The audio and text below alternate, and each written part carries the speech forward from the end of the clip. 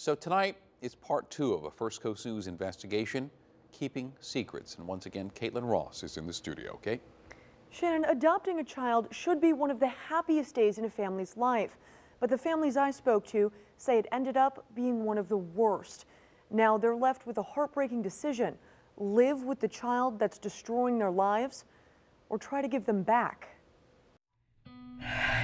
This is his family, this is my family. In the beginning, it was really hard. For months, Kelly McCabe struggled to pull herself out of bed. When her 4-year-old adopted son told her his 11-year-old adopted brother had been sexually abusing him for months, she was floored. And it was scary because we didn't know when it even started, when he became the victim. I mean, they lied about everything. McCabe is an attorney, a former prosecutor, who did her homework before adopting the boys. She says she pored over the paperwork the adoption agency in Tampa provided, but nothing and no one told her about her older son's long and documented history of sexually abusing other kids in his foster home. They purposely took records out.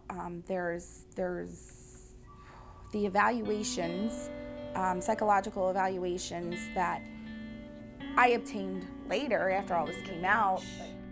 McCabe has since filed a lawsuit against the adoption agency in Tampa, and similar lawsuits are being filed all over the state. There's a different adoption agency in every county in Florida that contracts with the Department of Children and Families to help foster children find forever homes. And it's sad because we're creating... Brian Cabry is an attorney in Jacksonville who has filed dozens of similar lawsuits here in the city. Families go bankrupt, spend their entire life savings, exhaust all available insurance coverages, push their marriage to or beyond the limits. He says families come to him destroyed. They feel like they were lied to because they didn't know the history of the children they adopted. People that genuinely had no clue what they were getting into because nothing was told to them. The disclosures weren't made.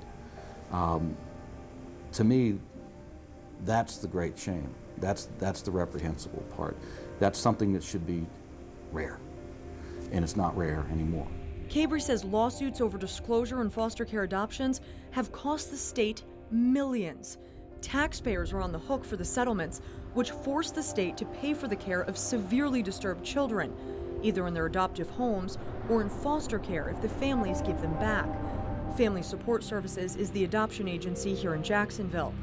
They are not the agency the McCabes used, but they are currently defending several lawsuits from parents. I think what happens in some cases is that they're so excited to adopt that they're hearing the information, you're giving them the information, but they're focused on, this is our last step. Adoption supervisor Michelle Wysett says the agency works hard to make sure adoptive parents know everything they can provide about the children they're taking into their homes. The supervisor must also sign off saying that we provided the information that we're saying that we provided, and there is a statewide standard form that DCF puts out that every adoptive parent has to sign. They have to initial it showing that they received the information. She says many times the caseworkers just don't know complete histories on kids who have been bounced around from foster home to foster home.